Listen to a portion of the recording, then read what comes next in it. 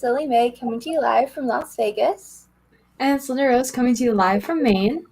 I have been so excited to get to share this episode with you guys. I think we have some really fun things to show you guys, and we did such an amazing interview to air today, and I'm so excited.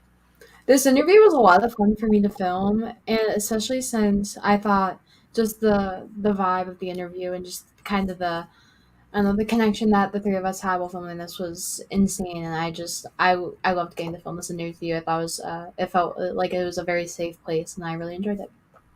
Absolutely. Before we go ahead and air the interview, we had a little announcement to make. So for this holiday season, we are going to be promoting female-owned small businesses on the Orchid Times Facebook group. If you are a female small business owner, entrepreneur, or crafter, please send us a message. We want to share your guys' businesses. So just send us a message if you want to be featured, and just send us your links and stuff. And I hope you guys enjoyed the interview. I wanted to allow Lilly to pitch that because it was her idea. So today's interview that we're going to be doing is Miss Nevada, Heather Renner. She is the current Miss Nevada. She was so amazing to interview. She was so inspiring. And we're going to go ahead and show one of her TikToks before we air the interview. So I hope you guys enjoy.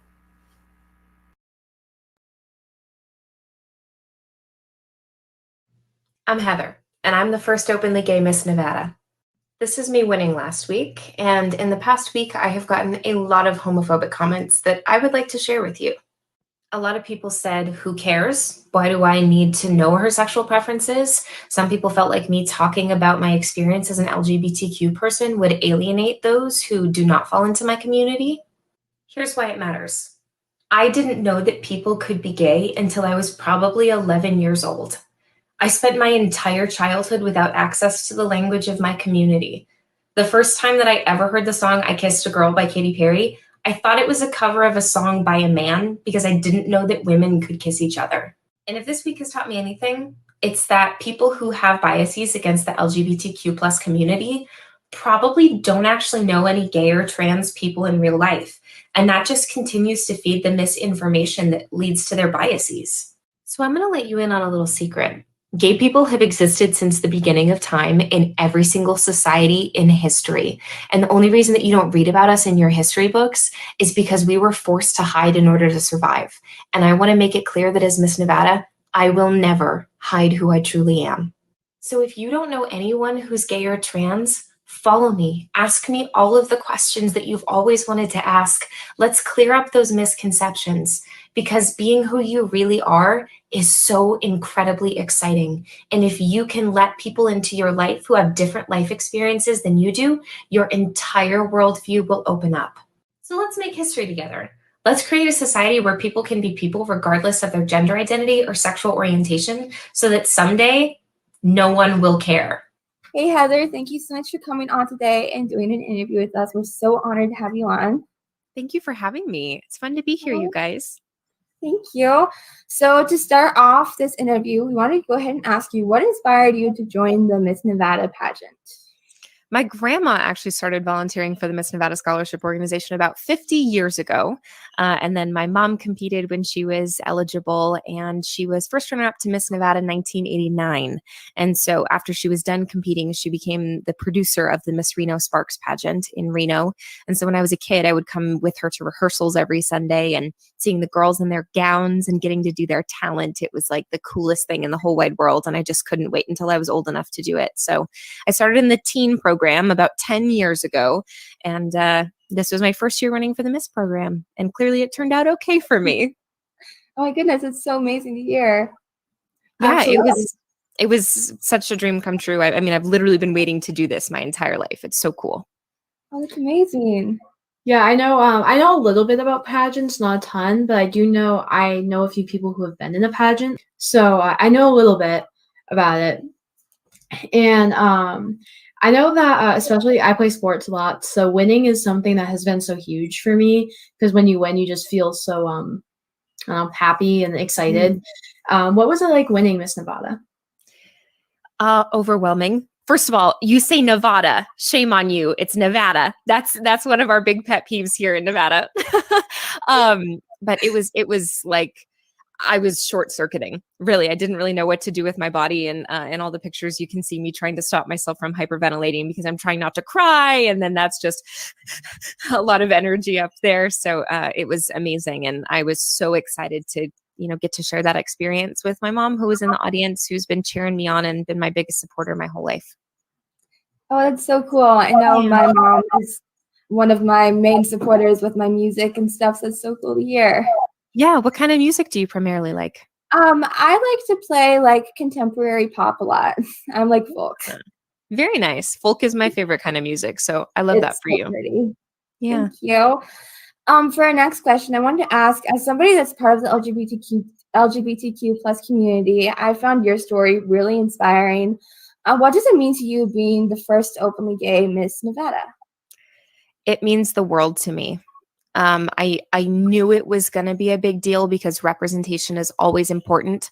And I'm a big believer in the idea that if you can see her, you can be here.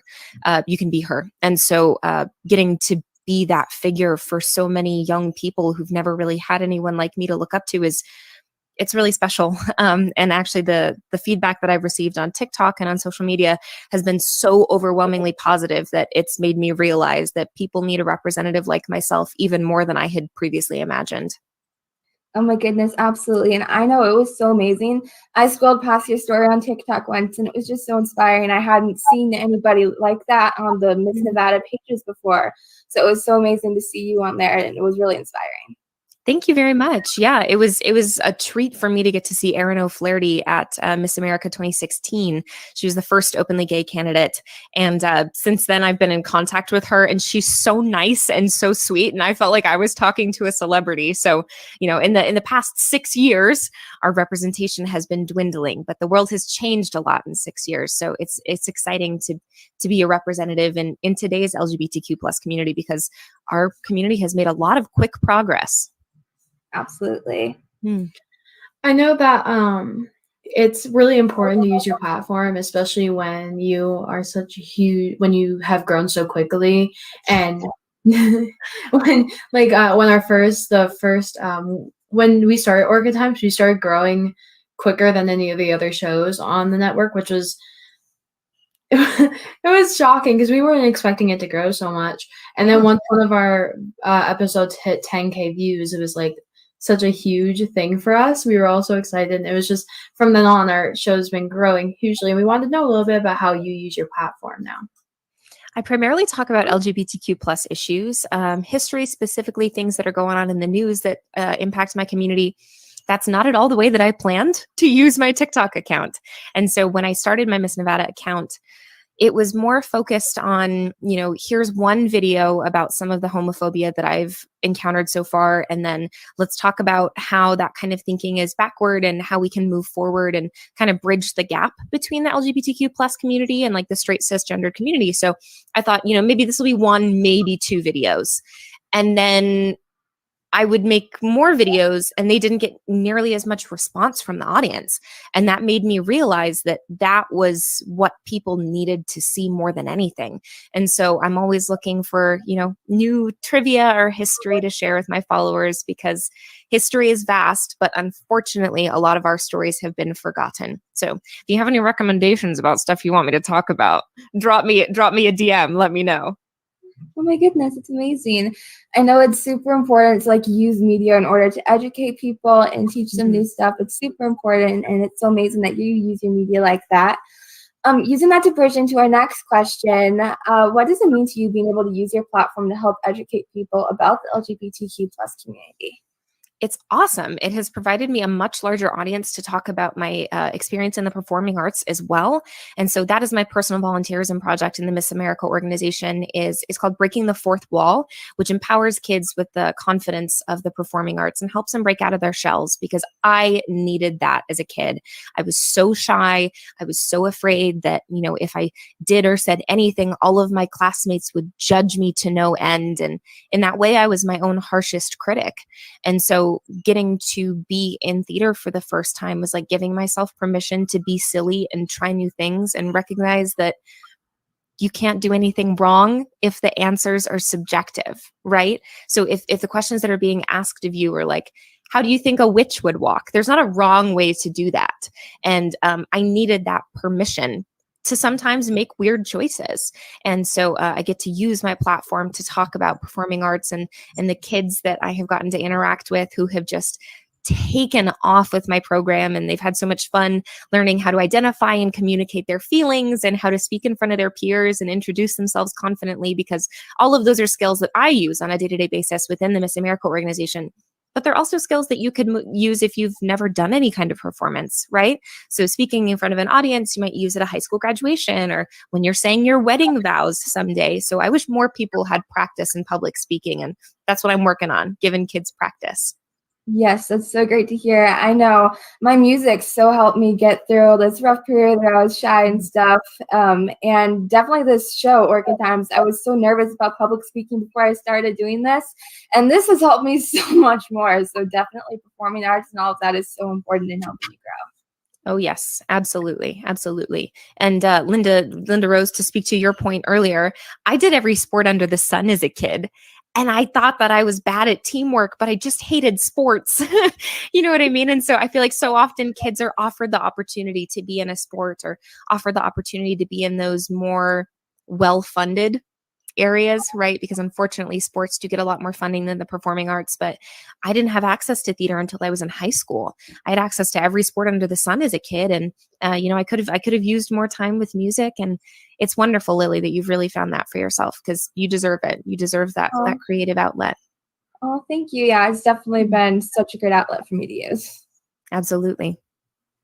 I know that especially in high school and with a lot of teenagers now, even with adults too, but most commonly found in high schools and schools now, bullying or negativity from others is such a huge thing, unfortunately now, which is really disappointing. And I've seen it happen so many times at my schools, and it's so disappointing, and it's really sad that that's where we're at now. And I want to know how you deal with negativity from others. I have this idea in my brain that I cannot judge the way that I love by the way that other people hate. And if someone is so willing to cling to their ignorance that they are willing to cast out loved ones in their life, I can't let that impact me, because I need to recognize that that's something that they need to do in their own self-growth, as opposed to something that I might be able to change. But I do always open myself up as a resource if people are interested in growing their knowledge base, and maybe they just don't feel comfortable asking anyone in their real life questions that they'd feel comfortable asking me. Which again, talking about that bridge between communities, I feel like I've been able to provide that, which is quite a blessing. That's such a powerful answer. Seriously, I think that was one of my favorites. We've gotten to questions like that. It was so powerful and so applicable to different aspects too of life. And I think that our viewers can definitely relate to that as well. Yeah, absolutely. It's so interesting because a lot of people think of like salesmanship, and if you're trying to sell a product that you don't actually like, your customer's probably not going to buy the product, right? Because they can tell that you don't actually like this foundation. Or I used to work at Sephora, so I sold a lot of foundation. But people can tell when you like yourself and when you like the product that you're pitching out into the world. But if you don't like yourself, no one is going to buy the product that you are pitching.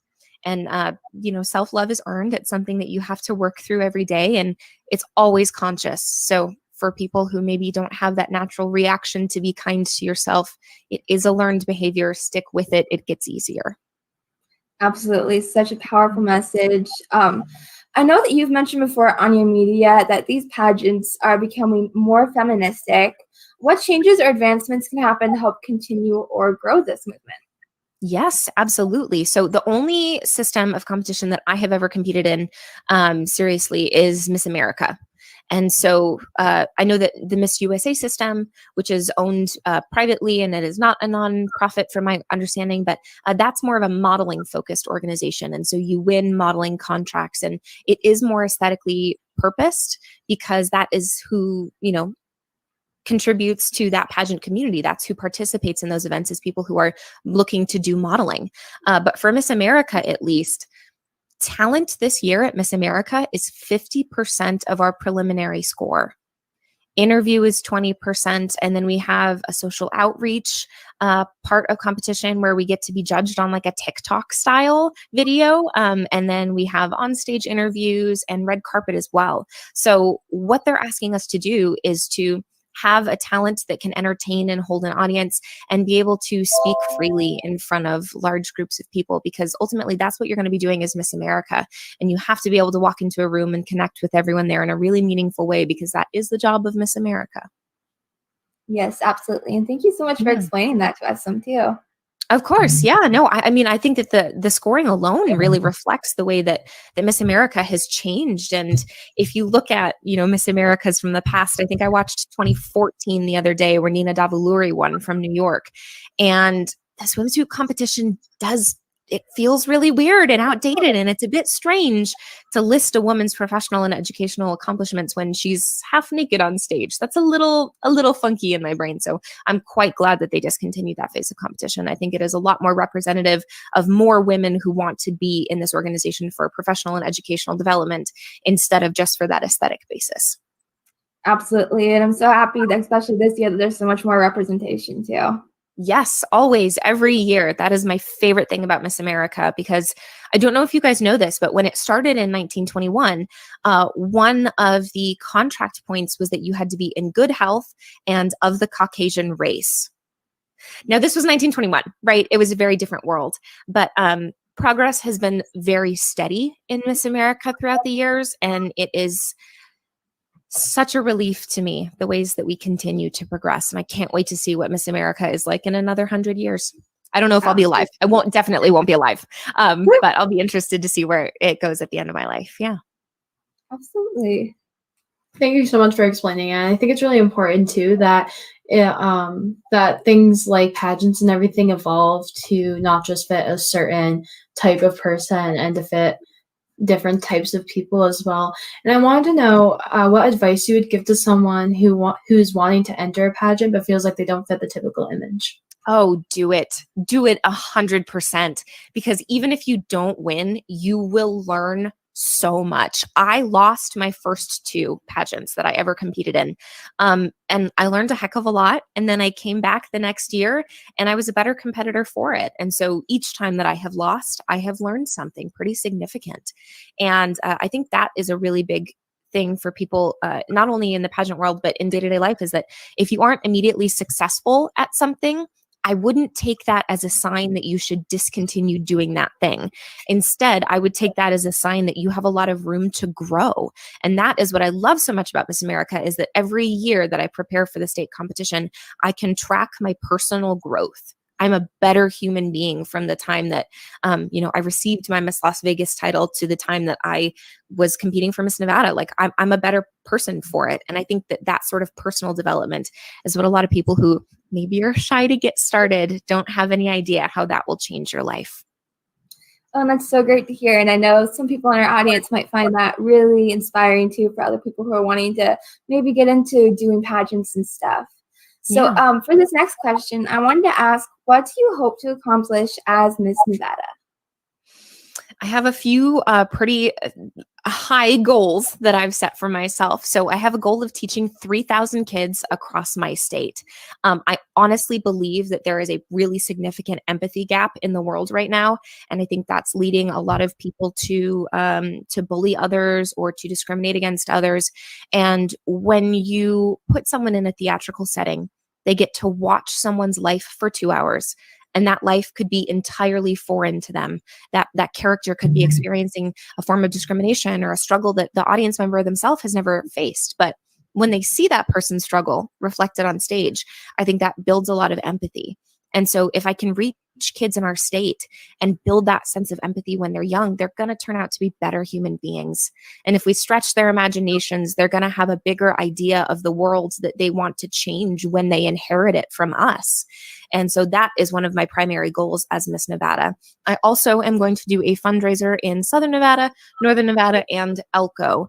So I currently have a camp that I'm working on right now with Reno Little Theater that will be in the end of October 22nd and 23rd. And other than that, I want to go do some awesome things at Miss America. We've never had a Miss Nevada who was crowned Miss America. It's been a while since we've made top 5. It's been a while since we've brought home a talent prelim. So I want to make us proud. We'll leave it there. That's one of my goals at Miss America, is to make my state proud. Oh my goodness, it's so amazing to hear. And that's so powerful work, especially with the performing arts stuff. It's so powerful, and performing arts is so important. I'm just so glad to see that it's being taught and given to everybody. Yeah, absolutely. And I think reaching everybody right there, that is the thing, right? Because so much of the time, theater especially has been dominated by the stories of white people, and specifically white men. And so in order to make this form of art survive for the next couple hundred years, or even the next couple decades, we have to make sure that it's accessible and applicable to people's everyday lives. Because if we continue to tell the stories that we've been telling, people are going to lose interest. We have to make it realistic. We have to reflect different and diverse people's struggles on stage. And I'm excited to see that kind of progress happening. I'm excited for progress all over the world right now, you guys. I'm very excited to be alive right now and to see so many things growing and changing. It's really quite hopeful. Absolutely. It's so great to hear. Yeah, I think it's really important to set goals for yourself, as you were saying earlier, the goals you have set for yourself. I think it's really important to set those goals, especially I know, so even if you're just in school and you don't really do anything, setting those goals for yourself just for schoolwork or anything like that, or just maybe for just regular work or just your daily life is so important, because then you want to reach those goals, and once you do, you feel so proud of yourself, and then you set new ones, and it's a big way to make you feel so proud of yourself when you hit those goals. And one of the goals I have right now is trying to pick out a dress for homecoming on Saturday, because I'm so undecided on the dresses I want to, on the dress I want to, this is one of my choices, and I've been wearing them, anywhere I go, to try and see which one I like more. And I wanted to know, since I'm so into fashion, it's so hard for me to pick, an outfit for something. I wanted to know how you pick your dresses for your pageants. Ooh, well, this is kind of half a joke, but kind of not. I chose my blue state gown that I was crowned in because I put it on and I said, my body looks like Doja Cat in this dress, because I love Doja Cat's figure. Her legs are so muscular and her waist is this big around. And so I want that She-Hulk body. I like the muscles. I like the shape and the curves. And so I choose dresses that generally accentuate those parts of my body. But for my Miss America gowns, let's just say that there are some very exciting things coming down the pipeline. So my talent dress is a couture gown by Aaron Michael, who I met when I was at the Miss America's Outstanding Teen competition. And we talked about him growing up in West Virginia as a young LGBTQ plus person and how difficult that struggle was for him. And so he offered to do a partial sponsorship of my gown, which was so kind. And it is opera to the max. It is so much fun. It is so over the top. It's absolutely lovely. And my muscles look incredible in this dress, you guys. I can't wait to show it to you. And then for my red carpet gown, that one I actually got to custom design, which was a dream come true because I've never been able to design a gown by myself before. And so I want something interesting. I think that's the general thing that I look for. I don't want to find a gown that I've seen 100 times. I'm kind of tired of the same Sherry Hill gowns being on stage year after year. And so I wanted something that is going to make people think oh, I've never seen a gown like that. So if you have something like that for your homecoming, give it a go. Mix it up. Get outside the box. Also, I think that changing jewelry is a great way to modernize a look. So I think I wore these exact earrings for my senior prom. Hoop earrings, I think generally aren't considered to be formal earrings, but go ham with accessories because you can really change the look a lot with just accessories. Absolutely. Yeah. I know that it's hard. Picking a dress and accessorizing it, especially accessorizing it, so difficult because sometimes the accessories you pick don't exactly go well. Yes. Yes. Do you live in Vegas? Are you a Vegas local? No, I live in Maine. Okay. Say hi to Maddie Leslie for me, please. Miss Maine. She's wonderful. We actually got to compete at MAO Teen together, but I didn't know where you were stationed. So In Vegas, there's this beautiful jewelry shop called Dewberry's, and it sells like the most over the top pageant and like drag queen jewelry, and everything is either $7 or $10. It's the best place in the world. I know, Lily. I know, it's amazing. That's where I get all my jewelry from. I'm gonna have to go there sometime. That sounds amazing. Yeah, it's incredible. It's kind of in Chinatown, so go, have some delicious food, and then go to Dewberry's, get some rhinestones. Yeah. Yay. So for the last question tonight, I wanted to go ahead and ask you, what opportunities have come to you since becoming Miss Nevada? Oh, so many opportunities. I would say that the biggest one has been the professional development opportunities I've had so far. So I've gotten to network with a lot of people who I've never, would have crossed paths with if I hadn't been in a Miss Nevada setting. So local singers and performers, teachers that I've gotten in contact with who've been so kind as to let me come in and teach their classes. And I think that I've become better at branding myself, because that is one of the big things about the Miss America organization is it teaches you how to take the success that you sort of start to accrue momentum on during your year of service and use that to jumpstart your career as soon as you are done with the program. And that's what I love, is the way that it sets you up for success professionally. So, I've learned how to write business letters and how to ask for grants and how to make business cards, because apparently people still use physical business cards, which was news to me. I was like, yeah, here's my Instagram. And people are like, oh, can I get a card? And I was like, yeah, give me a few weeks to make those, I guess. But it's been really nice to get to meet new friends and get to talk to wonderful people like you guys who want to hear what I have to say. Ultimately that's a big deal, is getting the platform to talk about the things that are important to me. And I have definitely done my fair share of that on TikTok. Oh, and thank you so much. We think this message is so important to spread. This is like, on Orchid Times, we're all about female empowerment and just giving a voice to others. So this is such an important message to spread. And we were literally so honored to have you on today. And definitely with making those business cards and stuff, especially with my music, it's been something like I could go out and like perform sometimes. And it's been surprising how many times somebody's like, can I get your business card or something? Yeah, it's shocking. You don't expect that as a young person, like, oh, you're still doing that? Why? Yeah. Yeah, it's funny. Definitely. Any last questions? I think that was all that we had. Did you have any others, Linda? No, I think that's all the ones that I was thinking of. But thank you so much for coming on. This was such an honor.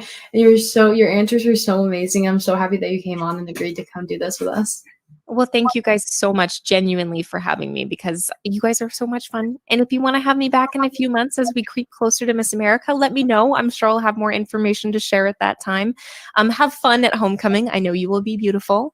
And Lily Mae, let me know if you ever need anything in the performing arts sector, because I would be more than happy to promote you and your platform. Oh, thank you. Thank you so much. Yeah, absolutely. Well, thank you again for coming on. I hope you have a great rest of your day. Thank you. Happy Sunday, you guys. Do something fun this weekend. Bye. Bye. Wow, that was such a great interview to watch back. She had so many great answers to the questions, and she was so great to interview. I know at the end she said, we recorded that interview on Sunday. I wish it was Sunday right now, because this week I have some really tough exams coming up in school. But oh, Linda, you're muted. Okay. We just had our English midterms on Monday, and I didn't want to do them. And yeah, I have another one for geography next Monday. Great. And I have my health one next week, and then I have my gym one tomorrow. So oh no, we're just really doing them all at once, I guess. Yeah, I have my semesters, I think, in like 2 weeks or something. I don't want to do them, especially my gym one. I hate my gym class. I don't want to do it, which is weird because I love sports, but gym class is just not my thing. I'm with you on that one. So make sure for you guys, I actually just got my copy of our book club book last Wednesday. I wanted to go ahead and show it on here because it's such a pretty book. Mine's in my room. For anybody who wants to read the book with us, we have the links and stuff in the description. I started reading this book already, and already it's such a powerful book. One of my favorites I've read. So if anybody is reading this with us, make sure to let us know how you like it. And we are going to talk about on our last episode of the month. We're going to talk about the book. It's a new segment idea that we came up with before season 2. And honestly, I think it's one of our best ideas because me and Lily both are book fanatics. We love books. So it's perfect. Totally agree with you. Our discussion is going to be on November 30th, so tune in if you can. Again, for any female business owners or entrepreneurs watching, send us your business information. We want to promote you this holiday season as we're doing our small business promotions. Thank you guys so much for tuning in on this episode. I had a lot of fun. Also, that interview was insane. So make sure you share around this episode and have your friends watch that interview because I think it was super, super important because Miss Nevada gave us so many good answers and so much information about the LGBTQ plus community. So if you have anyone that is wanting to learn more about it, this was such a great interview to share to be more educated on it. Yes, absolutely. And next week, we're going to be airing an interview we did with Charlotte Oxenham, an amazing artist from the UK. So make sure you tune into that next week, same time. I'm actually going to be doing another after show live music stream. This week is going to be a special thing with giveaways. So I hope to see you there. I'll be live in around 30 minutes. Thank you guys so much for coming on and watching. I hope you guys have a great night or day or rest of your day, wherever you are. And have a good day. See you guys next week. Bye.